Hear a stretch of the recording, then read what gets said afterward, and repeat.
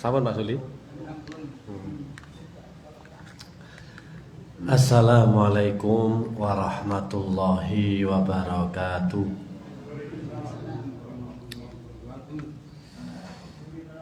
Bismillahirrahmanirrahim. Innal hamdalillah nahmaduhu wa nasta'inuhu wa nastaghfiruh. Wa na'udzu billahi min syururi anfusina wa min sayyiati a'malina. May yahdihillahu fala mudilla lahu wa may yudlil fala hadiyalah.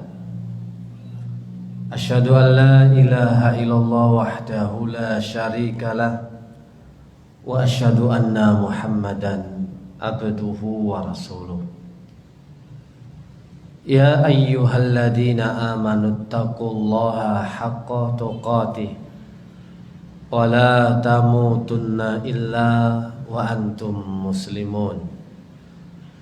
Ya ayyuhan nasu taqu rabbakumul ladzi khalaqakum min nafsin wahidah wa khalaqa minha zawjaha wa batha minhuma rijalan katsiran wa nisaa'a.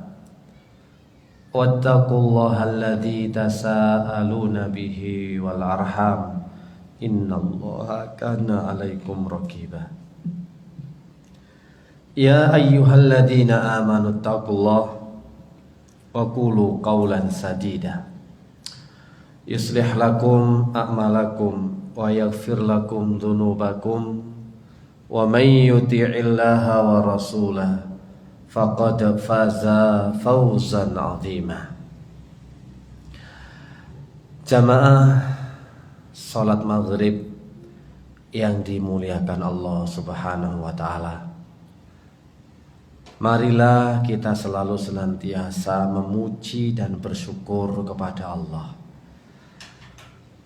atas banyaknya limpahan nikmat yang tiada terhingga, tiada terhitung sampai saat ini dan sampai detik ini. Allah memberikan kita kesehatan. Allah masih memberikan kita umur panjang. Bahkan ini sudah di detik-detik terakhir, di penghujung akhir tahun 2022. Jadi maka di tahun 2022 sebagai tahun evaluasi, kira-kira imane awak dhewe iki wis tambah munggah apa tambah mudhun,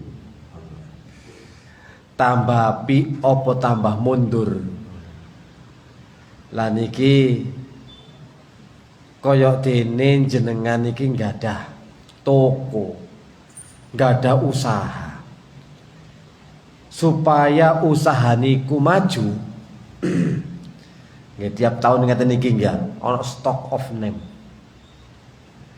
ono evaluasi juga, supaya tahun kedepannya lebih bisa memperbaiki kekurangan-kekurangan, ketimpangan-ketimpangan yang ada di tahun 2022. Kalau pengen usahane maju. Lho niki masalah dunia lho niki. Masalah dunia, cara memanagenya adalah dengan mengevaluasi, supaya ketika ada kritikan, saran dan masukan kita bisa amalkan, bisa kita pakai di tahun ke depan. Ini masalah dagang, masalah dunia. Loh kira-kira masalah akhirat gak luwih penting tah? Usaha iso maju kalau banyak evaluasi, kemudian ada perbaikan dan pembenahan. Hati, iman, diri, jiwa iku nggih sami. Kalau ingin mendapatkan peningkatan kebaikan, nggih kudune evaluasi. Kudu sering-sering evaluasi, didelok. Evaluasi niku nggih, saya tingali. Stok opo ae barang sing kate entek kudu kula-kulaan. Supaya iso badhe akeh. Sakniki kinten-kinten stok jenengan sing dereng wonten yang sudah nipis niku napa? Kira-kira ya stok sabare wis akeh apa wis entek? Nek wis entek berarti tahun 2023 kari ngamukane tok. Ngono ta ya. Soale stok sabare wis entek. Nek gak dievaluasi, sabarku iku wis entek tanambah rek ngono. Gak tau disetok, gak tau didelok, ya wis ambyar. Kulaan gak tahu akhirnya. Bah muring-muringan, bah ngamukan. Lah, wong stok sabare nek gak wis entek wis nipis.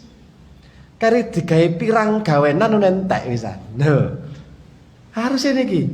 Stok sabar niki pertama. Terus sendok stok beras tok ae tah lah. Iki aku udah disetok niki. Stok memaafkane piye, stok salat malame piye, ngoten to. Stok maaf nyepuro ki lho kira-kira wis kari titik apa sih akeh. Nek sik akeh wis gak ono masalah. Wis dodoku wis jembar segorone. Insyaallah ngene iki tahun 2023 ana wong garai, ana wong gawe emosi, aku iso nyepuro, gampang. Tenang ae, monggo Pak sapa iki wis rene kabeh. Tenang ae, aku wis rada akeh stok pemaafe, tak sepuro kabeh. Pak Basori monggo, kula pun kathah stoke. Sen garai kula gambi emosi, tenang ae, tak sepuro. Lho ngoten to.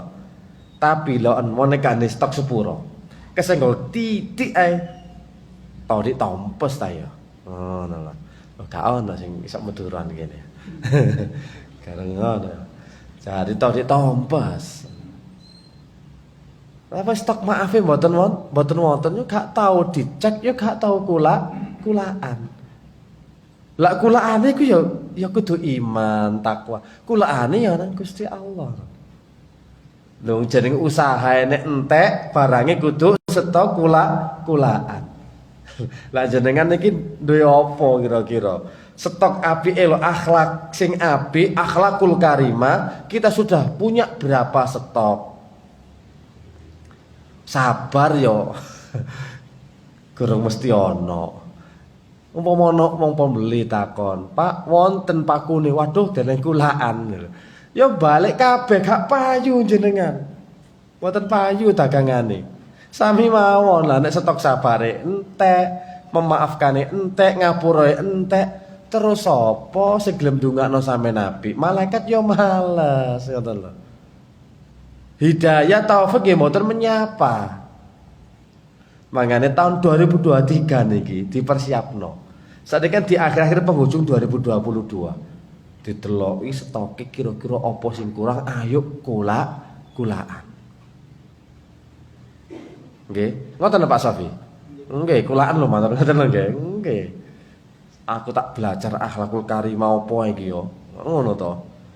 Sedekah, lapang dada, oh enak. Terus mudah toleransi. Toleransi gak harus toleransi beragama tok. Toleransi kepada ya niku mau lho, gampang memaklumi ngoten lho. Kadang-kadang wong gak ada menteng apa sih? Kurang bisa memaklumi yang dihadapi. Lah nek pinter maklumi, sapa tak hadapi? Oh alah, ya bojoku sih tak maklumi. Pancen rada ngoten mawon. Nah, ngeten Pak Sofi ya. Ngeten.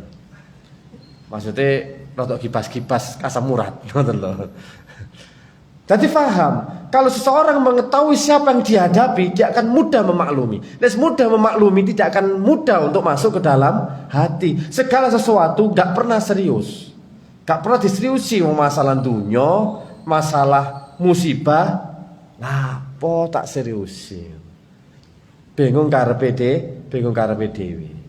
Tadi iki sekedar untuk evaluasi loh Pak. Ben kulaan stok imane ngoten ya. Stok sama-sama jenenge akhlak yang mulia niku napa mawon. Lek kuat si akhlak mulia. Ya jujur iku ya jarene lho krungu-krungu stok jujur saiki ku tau pipis nang Indonesia iku. Jadi krisis kepercayaan antara satu dengan yang lainnya. Tahu pipis, krisis kejujuran. Ndelok uangku intine kaya isu udon ae ngono lho. Ana dasian mamane ngono ya, nggae jas, ana nggawa anune kompor iki lho, Pak. Selenge kompor wis curiga wisan. Nah, paling ya. Nah, ngoten lho. Nggawa tas paling hipnotis iki ngono lho.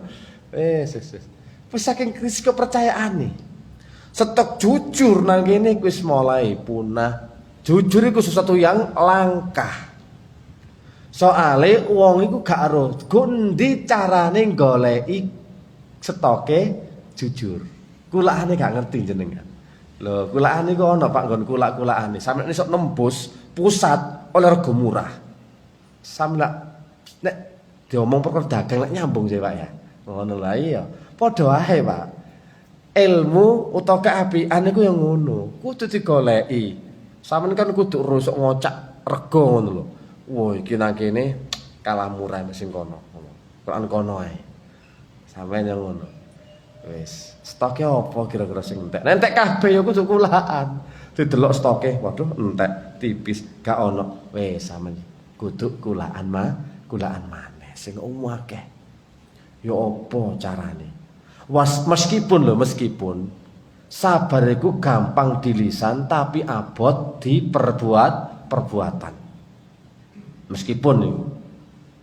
Tapi sing tetep dipilih wong jenengan karo Allah niku. Sampeyan saged ngomong enak, wong ngomong sabar. Sing nglakoni iki lho adem panas. Tapi ingat, Allah ngekek hadiah iku sampean. Sing dipilih nggih jenengan. Dan sampean jenengan sing dituntut pancen kudu sabar, duduk liya-liyane. Wong bukti Allah ku cinta terhadap hambanya, Allah akan memberikan ujian kepada dia. Memberikan musibah kepadanya. Oh, sampean dipilih ya sarasen. Lah ngono to. Innallaha idza habba qauman ibtalahum. Sesungguhnya Allah kalau mencintai seorang hamba, sebuah kaum Allah akan mengujinya. Wis tanda-tanda dicintai, tapi sampean berot gak gelem dicintai, suwambat tok ngono. Urung akhire wis disediani karo Allah hadiah iki gawedhe ngono lho. Mangkane apa ose sabar iku abot. Soale Pak, sabar iku nilaine hadiah iku pahala sing besar tanpa hitungan. Coba iku kok barang enteng pasti hadiah iki pas angin. Kok sakmono sabar iku enteng, hadiahe paling TV, kulkas. Berhubung sabar iku abot, hadiahe pahalae bi ghairi hisab, tanpa hitungan. Makane abot berbanding lurus. Besarnya hadiah tergantung dari besarnya perlombaan ujian. Lah, sampean roh kuis wants to be a millionaire. Nah, itu loh. Pertanyaannya gak mungkin 3 tambah 3 piro? Kan gak mungkin. Ero presiden pertama siapa? Yo ngerti. Sing takon sapa? Presiden ketiga Somalia. Ngelu sampean. Lah ngono to. Sopo Somalia iki? Gak kenal siji loro, gak kenal apa nomor 3. Baru sampean call friend. Nah, friend-e bingung pisan. Oh, kol kudu kodol kesit. Gak ngerti toh. Berbanding lurus, Pak. Makane sabar iku abot sebab pahalane gede. Lah nek hadiah cilik yo nek iki pas angin berarti yo kapok. Sing sabar ta lho, enak sabar maneh.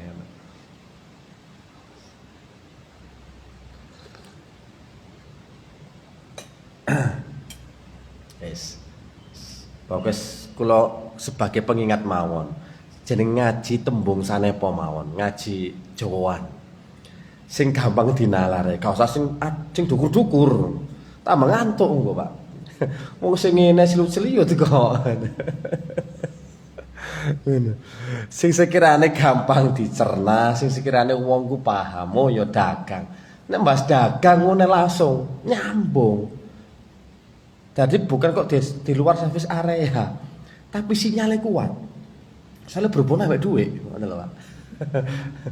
Tapi nembas iman, takwa, Gak nyambung, maksudnya kedukuran. Apa sih iman iku? Apa sih takwa? Nek rasa aku ya iku saat takwa iki. Dibahas apa maneh ngono. Ngaten iki lho, Pak. Sampeyan temenan wis stok iki kudu golek jenengan. Kulaane angel iki ngene. Napa niku jujur. Sekarang itu semua krisis kejujuran. Nang pemborong kadang ya gak jujur. Ngono lho. Kate bangun apa-apa lho, karena gak jujur. Sing ngemplang proyeknya ilang wis macam-macam. Bolak-balik kula soalnya ngoten niku. Nah, iki wong sambat iku akeh. Soalnya napa kejujuran ajur. Wong jujur pasti ajur jarene nang kene. Mangkane ayo golek stok pakai sing akhlak-akhlak mulia sampe golek akhlak mulia ku apa ae. Jujur, amanah, ya salah sini memaafkan, ithar, berbuat baik kepada orang lain. Nah, ini kan bab-bab akhlak yang karimah. Wafa, menepati janji. Kadang janjinya bleset kabeh. Loh, ini kan semuanya bentuk dari akhlak-akhlak karimah yang kita mungkin gurung tahu dodolan gak tahu kulaan. Coba jenengan kulaan jujur iki lho. Wis talah dijamin. Kulaan jujur nu wong padha seneng kabeh. Bagaimana Rasulullah sallallahu alaihi wasallam dikai gelar amanat. Wong jujur wong temen, al-amin. Dagang sak dagang ya enak. Sistemnya ya gak ruwet kok sistem saiki ngene iku lho Pak, wis keluar masuk enak gak ngono wis. Pokoke iki kulaanku 20.000 tergantung sampean badane aku pira. Bah badane 1.000 2.000 tak trimo. Sementing sampean ikhlas, ridho aku ya ridho. Antara lho dagange ngono. Akhire ya tambah wah keh laba batine. Wong tambah percaya apa saking apane? Jujur. Digoleki Pak saiki wong jujur niku. Soale angel. Kadang sing ngomong jujur diarani gak jujur. Angel. Lho, siji akhlak iki ae wong gelem jujur wis gak ono korupsi. Lah ngono to. Pejabat iku amanat kabeh ngono. Wis talah dalan-dalan iki apik kabeh, Pak. Gak ngenteni akhir tahun tok ngene iki mboten. Ono berlubang titik bangun. BLT lancar ngono Pak ya. Berobat gratis wabe wonten makmur. Nek jare wong berhubung disunat akhire entek kakean disunat. Wah, iki Pak iki. Pancen ngoten, jujur dimusuhi. Angel akhire wis gak jujur pisan ae kabeh lah ngoten to.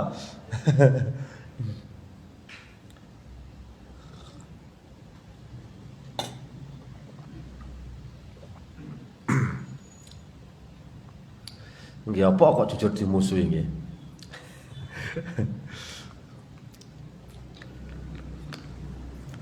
Soalnya gak ada dijak kerja sama. Soalnya liyane padha gak jujur. Ngene. Kasus pencurian, kasus pembunuhan, kasus apa. Nek jujur lah enak ya. Iya aku sing nyolong. Enak bek penjara. Gelem jujur loh ya enak. Iya aku sing korupsi sing ngentit wingi aku. Enak Pak temenan. Uripku aman iki lho. Dadi mau ono sandal iku ilang sret. Pak kula wis njupuk sandal jenengan. Oh nggih niki kula bangsulaken. Lho enak ya. Ono jujur ngoten niku. Dadi pancen ini apa pun medal lah, alat kejujuran pun wonten lah, tes kejujuran niku lho. Kate gak jujur kesetrum ngoten lho. Eco ngoten niku. Lah gak ono alat penyadap ati, atine wongku molak-malik gak ono sing sok maca ya angel. Pol saangel-angele. Seandainya wongku jujur ngono luar biasa. Energi dahsyat ya. Pun niku sebagai mukadimah bahan evaluasi bagi kita semua supaya ada perbaikan dari masa ke masa, dari tahun ke tahun. Apa yang butuh diperbaiki, kita perbaiki. Apa yang belum kita mampu, ya belajar. Semua itu butuh belajar dan usaha keras.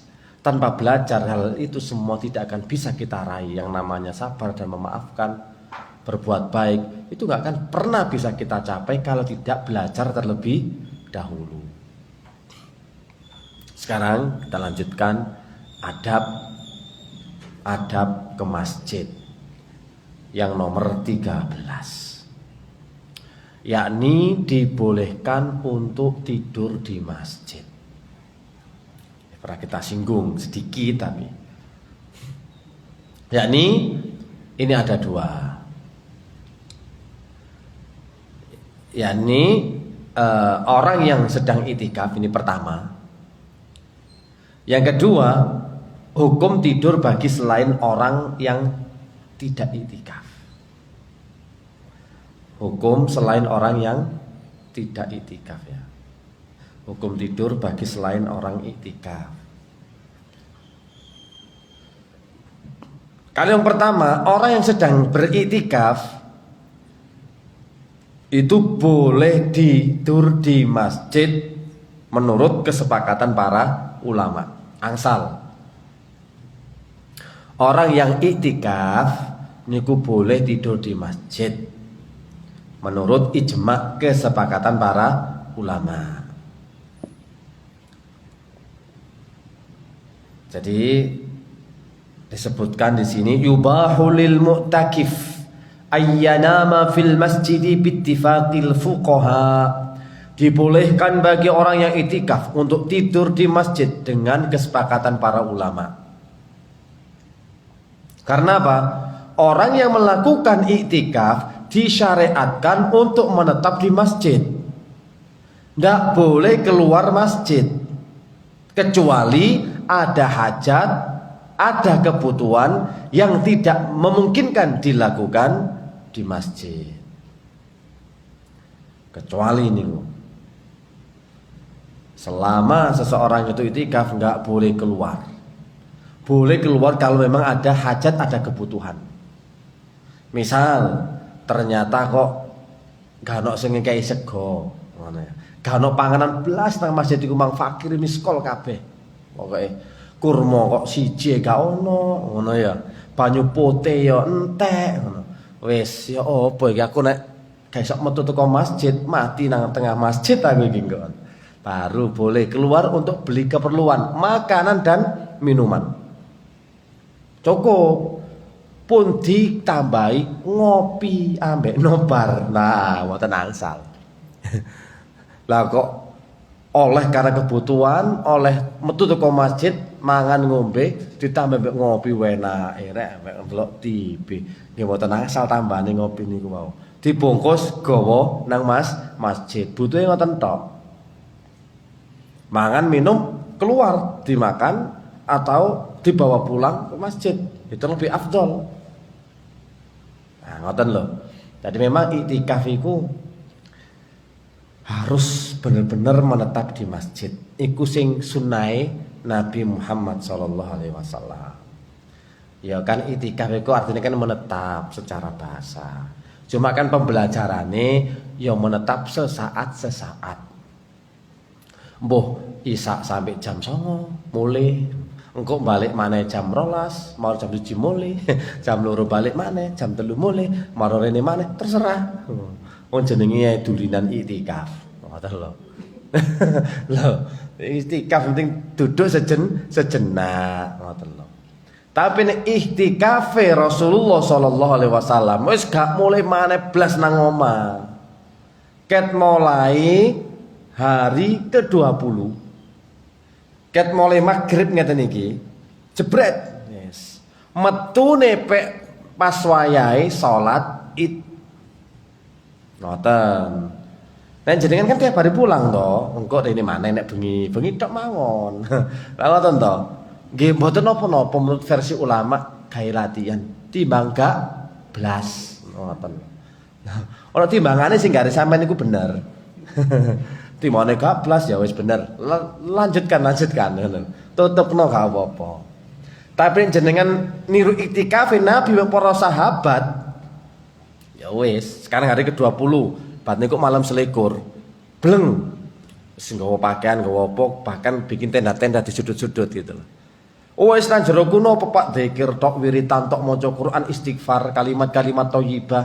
Wis ngono tok, merenung, tafakur, tadabbur. Ngantuk turu, tapi gak sahabat enggak, nek sampean lho ngantuk turu. Kok tangi maneh wiritan alah 10 menit turu maneh. Oh iki itikaf temenan iki, Pak. Jadi menetap temenan, truk menetap. Oh, gak tangi-tangi.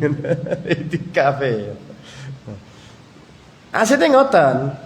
Jadi di dalam tenda itu atau di ruangan khusus itu memang benar-benar 10 hari terakhir itu meluangkan waktunya untuk beribadah kepada Allah dan evaluasi diri. Meskipun ada orang sakit, tidak boleh dibatalkan. Wis, engko ae mari tak sambangi. Sampai ono wong mati, gak nyelatno ndak ada masalah. Sebab Anda melakukan ibadah iktikaf sing temenan lho nggih. Nek seket-ketan gak temenan, kudu nyambangi wong loro rek, tetep. Ono mati ya kudu disolatno, diterno nang jenazah. Tapi nek bener-bener iktikaf sing 10 hari terakhir, wis gak oleh nang dindi. Kudu tetep nang masjid. Kecuali anak loro moro-moro opname yo sampean terno mosok kok bi anak opname budal lho Dik aku itikaf wedi batal. Mbok iki jeneng suami yang tidak bertanggung jawab niki. Abot itikaf memang iki perluan iki bi ya apa sih. Tapi sekedar bi anak guru mangan ya tekono Dik masakno. Oh ya wis ngoten. Karena selamanya urusan ringan enggak ada masalah.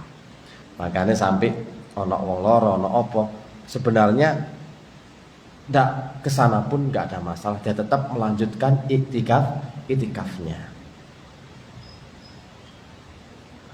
Wa kana Nabi sallallahu alaihi wasallam la yadkhulul baita illa li hajatil insan. Dalam hadis riwayat Muslim, Rasulullah sallallahu alaihi wasallam ketika iktikaf sama sekali tidak masuk rumah sudah ke rumah Aisyah. Kata Aisyah nih, kecuali karena menunaikan hajat manusia. Hajatnya ya mungkin kepingin BAB, kepingin BAK gitu ya. Jadi itu toh, setelah itu balik lagi ke masjid. Iku nek iktikaf tenanan. Ngoten. Boten berarti kok dilarang iktikaf sing ngoten angsal. Mboten dilarang, cuma ana sing luwih afdol, luwih nyunah.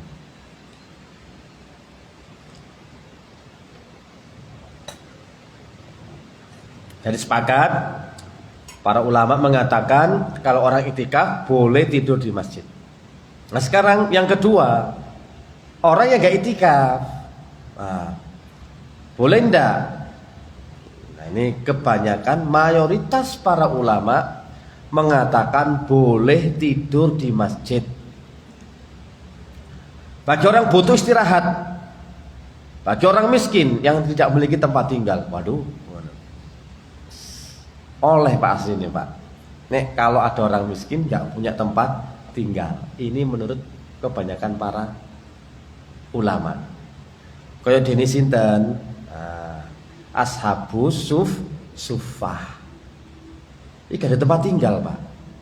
Dia tidure di emperan masjid. Nang kono. Dadi dikai payonan tok gak ono dindinge. Jumlah ahlu suffah ini terkadang mencapai 60 orang, 70 orang, 80 orang, terkadang kurang dari itu. Ahlu suffah. Jadi wong iki sing gak duwe sanak famili nang Madinah. Nah, wong fakir miskin, Pak. Hijrah teko Mekah, gak duwe sanak famili, gak duwe saudara, gak duwe apa-apa, gak duwe dunya brono. Akhire kalau sedigawa, lah ikilah tempate ahlu suffah. Dikene emperan nang kono jebret wis turu. Ngenteni nek ana nabi pas oleh panganan ya dikene nabi panganan, nek gak ya gak mangan. Masyaallah. Ya napa wonten niku. Lah niku makane ongsal, turu-turu biasa. Selain orang iktikaf. Ahlu suffah ngoten, Pak. Lah jenenge hijrah teko Mekah gak ndek bolo Pak nang Madinah. Waduh jarake. Terus gak ada tempat tinggal. Nang ndi iki ya nang Masjid Nabawi. Ya wis mangane Allah wis. Kadang ana sahabat bersedekah, ada makanan, ya baru makan. Nek gak mangan, yo gak mangan. Tapi gak kepanganan juga gak kepanganan. Tapi iso ngelompok sampai 70 80. Wong kabeh niku Pak. Fakir miskin. Jadi kan kebanyakan pengikuti Nabi itu kan fakir miskin. Radallah. Jadi boleh untuk fakir miskin, orang yang tidak memiliki tempat tinggal. Di antara dalilnya lagi adalah hadis Ibnu Umar radhiyallahu taala anhuma, annahu kana yanamu wa huwa syabun azabu la ahla lahu fi masjidin Nabi sallallahu alaihi wasallam. Bahwasannya Ibnu Umar radhiyallahu taala anhuma ketika masih muda, masih bujangan dan belum berkeluarga, beliau tidur di Masjid Nabawi. Cek bujang Ibnu Umar, anaknya Umar bin Khattab. Pak sing guru rabi koyo Hafiz ini sapa masjid ae wis turu masjid ae. Ngono lho ya. Wis nggo sabun, nggo apa wis siapno wis. Mangan kare nang ndi ngulon ngetan ngalor ngidul ono kabeh. Kepin penyetan bakaran asap-asapan ono kabeh lho ngoten lho. Sempol pentol sridele lho kare mele ngono. Enak tok ngono duwe. Lah nek ahli sufa ya wis delok tok ngene Pak ngiler Pak ngono lho. Gak ada duit, gak ono. Tak ada kepeng. Gak ada uang.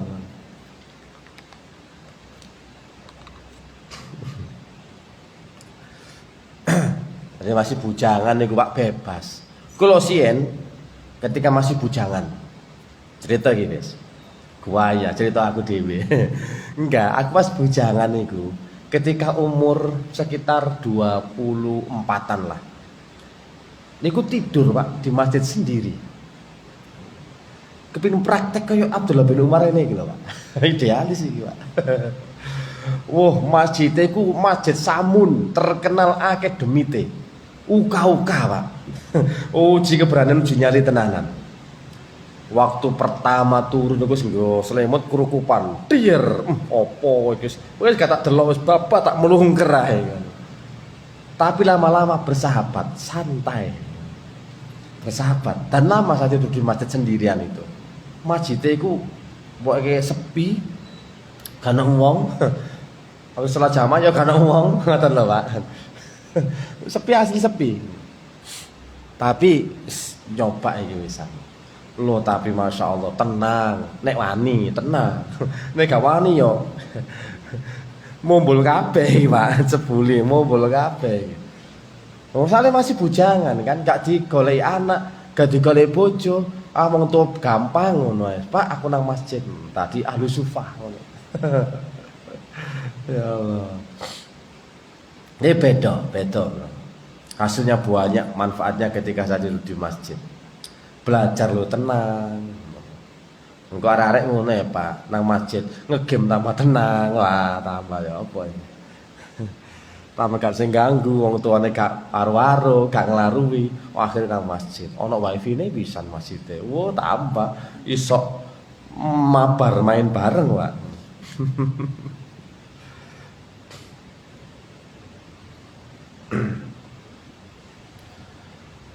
Nah, tadi itu yang hadis kedua. Tadi kisah yang pertama kisahnya Al-Sufa. Mereka para sahabat datang dari luar Madinah. Ada yang tadi dari kalangan muhajirin, ada yang selainnya itu. Pokoknya wis biasa ngoten niku, Pak. Wong kate perjalanan, kate duwe, termasuk fakir miskin, Pak di luar Madinah, ya wis runun wae. Karena mereka enggak punya tempat tinggal di Madinah. Nah, dibuatkan salah satu sudut di masjid sana itu. Pokoknya dikai payonan, wis los, enggak ada dindingnya. Yo adem pol. Ngoten lho. Sampai Abu Hurairah menceritakan, laqad ra'aitu sab'ina min ashabi suffah, ma minhum rajulun alaihi rida. Aku bertemu dengan 70 ashabus saffah. Tidak ada seorang pun yang memakai kain penutup badan bagian atas. Lurida itu bagian atas. Waduh Mbak, saking gak duwe ini. Masya Allah, sampai lagi pakai sok gonta ganti. Nek biyen niku gak ono temenan. Umar pakaiane mek pira? 1 apa 2. Engko sitok di P gawe sok nemoni rakyate. Ngoten, Pak. Tembelane wah kepo tembelane. Kene sok gonta ganti.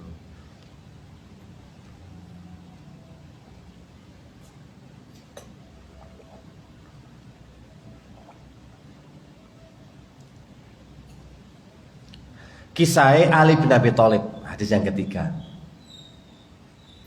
Saat tidur siang di masjid. Jadi dalil yang ketiga tentang memperbolehkannya seseorang yang tidur walaupun bukan orang i'tikaf. Di siang hari Rasulullah Shallallahu Alaihi Wasallam mengunjungi rumah putrinya Fatimah. Fatimah iki bojone Ali pancene. Sesampainya di rumah Fatimah, beliau tidak menjumpai suaminya, yakni Ali bin Abi Thalib. Terus Fatimah ngomong, tadi ada masalah denganku. Lalu dia marah dan keluar, sehingga tidak tidur siang di rumah. Ini yang diceritakan Fatimah, bojone Nabi, anak Nabi, Pak. Dirabi sahabat Ali bin Abi Thalib. Ternyata tahu geger. Nabi ya tahu geger. Geger titik tapi sama kan gedon-gedonan geger. Wajar jadi rumah tangga niku wajar. Sehingga pas tidur siang wis gak turu wis nang masjid. Biasa ngoten niku. Saya pernah lho, Pak. Nabi ngoten niku. Ya gara-gara bojo-bojone ngoten niku. Tinggal ngono wis kabeh. Wah, bingung Abu Bakar goleki, Umar goleki. Nanti Nduk Nabi medal. Nduk Abu Bakar takon anake Aisyah medal. Umar takon nang Hafsah medal. Ana apa yo? Pasti kowe nggih perkara iki ngono lho. Nggih ngene-ngene iki wah wis akhire digoleki Nabi digoleki. Biasa ngoten niku, Pak. Nah, ketika Fatimah menceritakan Ali teng masjid mau mari rada gegeran kali kula. Rada mberuk emang. Rada mberik akhirnya nggih teng masjid. Kemudian Nabi memerintahkan seseorang untuk mencari keberadaan Ali. Lalu sahabat itu mengatakan, "Ya Rasulullah, dia di masjid sedang tidur." Rasulullah pun mendatangi Ali yang sedang tidur di masjid. Kain penutup pundaknya terjatuh dan mengenai tanah. Lalu Nabi membersihkannya dan memanggilnya. Kum Aba Turab, bangun hai Abu Turab, bangun wahai Abu Turab. Digugah kali Nabi Muhammad. Li bangun, diceluk Abu Turab. Dan kita sangat yakin bahwa para sahabat yang tinggal di masjid memahami kemuliaan masjid tersebut. Mereka juga memahami bahwa masjid harus dijaga kesuciannya dan kebersihannya. Kalau seandainya tidur di masjid itu dilarang, nggak mungkin mereka akan melaksanakannya. Karena mereka tahu betul hukum syariat, harus memakmurkan, harus memuliakan kebersihan dan semua yang ada di masjid. Nah. Di samping itu, perbuatan mereka juga diketahui oleh Nabi dan beliau tidak mengingkarinya. Nabi tidak melarangnya. Semua itu menunjukkan bahwa pada dasarnya, pada asalnya tidur di masjid hukumnya boleh. Seandainya nggak boleh, tangi-tangi Ali, gak oleh turun nang masjid. Ini kurang menghormati masjid, nggak memuliakan masjid. Masjid itu tempat ibadah, jenenge masjid tempat sujud, kok malah digawe turu. Padahal nggih mboten ngoten, tetep angsal.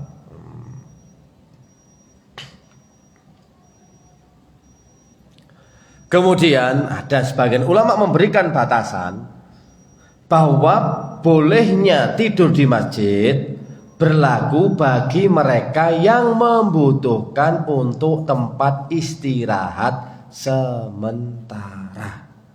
Bukan untuk tempat menetap, tapi sementara. Asal sementara akhirnya sementahun. Sementahun ya sak lawase akhirnya.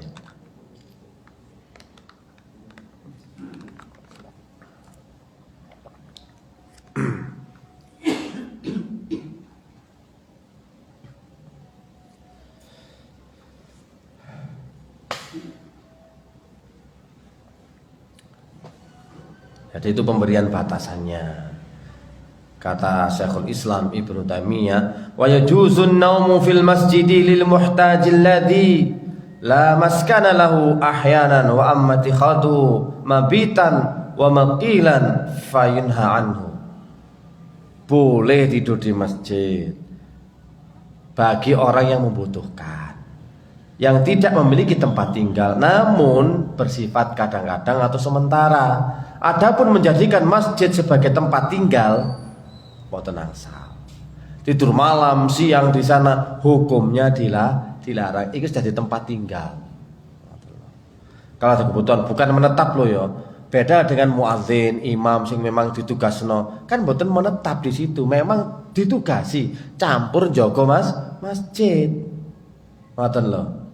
Jadi kan menetap tempat tinggal sementahun mau loh Pak. Selama-lamanya. Kok anak bojone dijak turu kene pisan lah iki masalah iki. Kuwapel sing gak ada tempat tinggal, wis nang masjid ae. Akhirnya masjid tebe. Nek tempat pengungsian, gempa, ya mboten napa-napa. Kan sementara. Tapi sementahun atau seterusnya sak lawase. Lah niki masjid bukan tempat untuk menetap, tidur ngoten lho. Jadi ngoten. Syaratnya oleh ngene ku wau, gak oleh digawe terus-terusan tempat tinggal. Ngoten. Boleh tidur masjid kalau membutuhkan istirahat sementara. Dia juga harus dijaga ketertiban, kebersihan dan kesuciannya. Syarat-syarat yang perlu diperhatikan. Dibolehnya kan tadi yang pertama kan apa? Karena itikaf ya. Nah, karena itikaf. Yang kedua, gini kuau boleh kalau memang membutuhkan. Yang ketiga, boleh tidur di masjid, harus tetap menjaga kebersihan, ketertiban dan kesuciannya. Ojo bantal selimut mari turu digledakno kabeh, ana wong rukuk sujud kok ampun dikejut kabeh ngene sih. Mboten angsal, niku kudu diringkesi, menjaga kebersihan, kesuciannya dan dijaga ketertibannya. Mari mangan kacang, kuaci lho, kulit semongko. Lah kok ngene, ya wis ka oleh, dilarang, Pak. Sebab mengotori masjid bukan memuliakan. Oleh turu tapi tetap kudu jaga kebersihan. Datang nang masjid nyumut obat lamu. Terus semacam-macam lah yo latune ambune gak karu-karuan gitu. Yang keempat, nah, boleh tidur izin takmir. Takmirnya angsal apa mboten? Lah nek memberikan izin oleh tapi ternyata pengalaman yang sudah berjalan ono sing ilang. Mbok gandelane lawang, mbok kunci, mbok kursi, wong arepan. Ngoten lho, Pak. Kursi ngoten niku lho, anggite gak kena ae kok digawe smackdown. Saged niku. Kursi niku didol niku lumayan. Kono kotak amal, mesti ono jam dinding lho dijopuk ngono lho. Saking wangku petenge. Lah nek aturane ngene, takmire posang nak kana, posing. Wis gak oleh nginep nang masjid. Soale ben ono nek sing nginep nang masjid kabeh iku dadi gak karuan, ampline ilang, mike ilang. Waduh. Untung mimbare gak diangkat pisan. Nggih. Izin takmir. Jika pihak takmir menetapkan aturan larangan untuk tidur di masjid, maka jamaah berkewajiban menghormati aturan tersebut. Karena ketua takmir itu ya memiliki wewenang dan memiliki sudut pandang. Bolehnya gitu. Izin takmir. Bagi siapapun yang melakukan hal mubah di masjid seperti makan, tidur, selayaknya menjaga masjid itu kotoran. Karena enggak, ya enggak usah. Karena takmir membuat aturan ini tidak lain adalah untuk kemaslahatan dan ketertiban masjid. Pun isa to, Pak? Jam pinten iki? Oh, dereng nggih.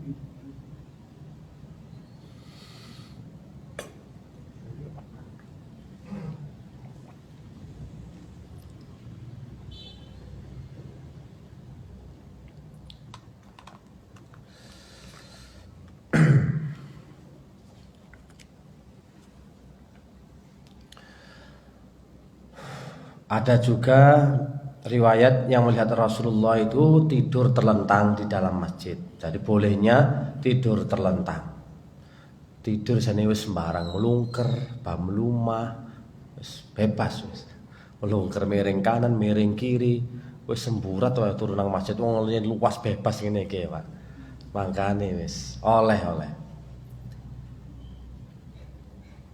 Maka kata Imam Al-Khattabi mengatakan hadis ini menunjukkan bolehnya bersandar, tiduran, dan segala bentuk istirahat di dalam masjid. Kelesetan boleh, sah-sah saja.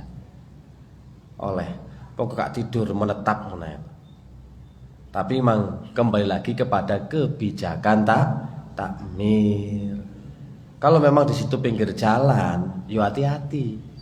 Oleh turu, aksi turu. Iku mau Pak krisis kejujuran. Coba wong jujur, aku turu-turu temenan. Akhirnya aturan itu aman loh Pak, terkendali. Berhubung ngoten lho ya. Dikai aturan, dikai aturan biyen niku kok akeh sing ilang, muncullah peraturan baru, gak oleh tidur di masjid, dilarang bersandar. Saya ngoten tulisane, dilarang bersandar dan tiduran di dalam masjid. Padahal itu loh ya wis padahal sendal tok ngene. Gak oleh, Pak, gak boleh, Pak. Siap, ngoten lho. Ya bagaimana yang gak oleh? Kok soalnya mbok keramike nggarai gak halus maneh, nggarai gak lunyu ya kan gak ngerti to, Pak. Macam-macam pertimbangane. Nah, baru kemudian sekarang yang ke-14 semang bab turu, Pak. Boleh memakai sandal di masjid. Oleh Pak. Nggih sandal masjid oleh. Monggo praktek monggo. Monggo pun mesisan. Ono kadise, Pak. Ono kadise iki kathah. Imam Tahawi mengatakan telah datang asar-asar yang mutawatir tentang sholatnya Rasulullah sallallahu alaihi wasallam memakai sandal di dalam masjid. Wah, okay.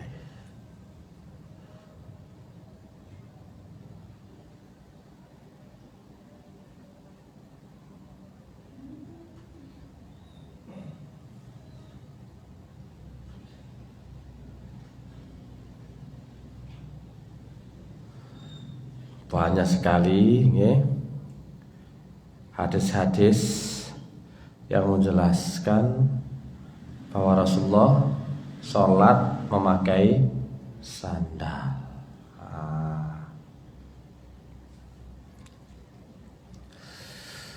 Yang pertama, ra'aitu Rasulullah sallallahu alaihi wasallam hafiyan mutana'ilan. Aku pernah melihat Rasulullah sallallahu alaihi wasallam sholat dengan tanpa alas kaki dan pernah juga dengan memakai sandal. Dari Nabi niku riwayate niku, Nabi pernah sholat tanpa pakai sandal alias tanpa alas kaki dan juga pernah sholat dengan memakai sandal. Ro'a itu benar-benar melihat. Asli hadisnya ngoten. Sa'altu Anas bin Malik. Said bin Yazid bertanya, aku bertanya kepada Anas bin Malik, akana an-nabiy sallallahu alaihi wasallam yusalli fi na'laihi? Qala na'am. Apakah Nabi itu pernah sholat memakai sandal? Beliau menjawab, na'am. Iya, Nabi sholat gawe sandal. Bahkan perkara ini termasuk menyelisih orang-orang Yahudi. Di dalam hadis yang disebutkan Syekh Albani rahimahullah dan Abu Dawud, hadis yang sahih, beliau mengatakan khaliful yahuda fa innahum la yusalluna fi ni'alihim wala khifafihim. Selisihilah orang-orang Yahudi. Selisih mereka. Sesungguhnya mereka tidak sholat dengan memakai sandal dan sepatu mereka. Yahudi ku ibadah nang ndi, Pak? Gereja ta? Nek gereja Nasrani nggih. Nggih ya, kok ngeten iki. Nek pas Natalan ngeten iki termasuk teng gereja nggih.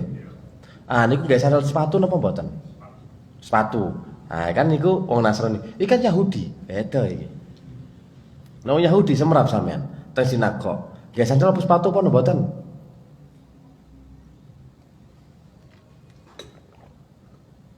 Nah hadis ini disuruh milih orang-orang Yahudi karena mereka tidak sholat dengan memakai sandal ataupun sepatu mereka. Orang. Makanya kita disuruh menyelisih mereka. Jadi hadis ini menunjukkan disyariatkannya sholat dengan menggunakan sandal. Wakil ning hadise Pak ana 7, 8, 9, 10, 11. Wo 11. Yo wakeh kapan-kapan wae. Wakeh kari 11 ae disebutno loro sian. Kari 9, gak apa-apa sampean.